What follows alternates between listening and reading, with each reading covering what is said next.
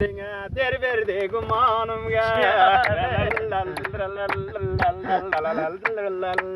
Düdene daningde Şanda urgan noningdi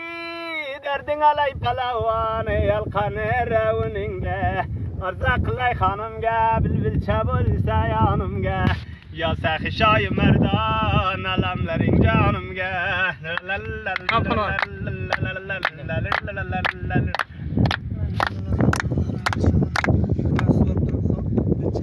Xavnada kim kimlere cilva iki yalgan bir aydım nima g'iyinva Şunu xumar ko'zlari der berdi gumonimga Tang diya diyamat Canla karla niyamat Ayak barlap basmasang Dünya çotingin namat Attı sozmada hölek Kakilem bölek bölek Atalman asmanga Düşkinçe yavur felek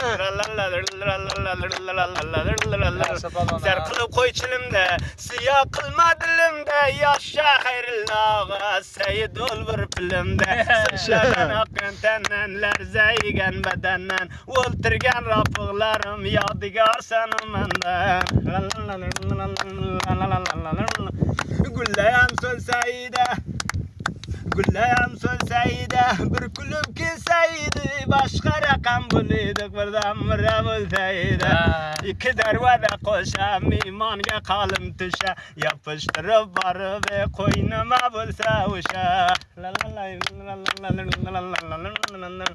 Uzumlarini bog'i ko'tarildi qavog'i polvon og'a birodar bir layli taroya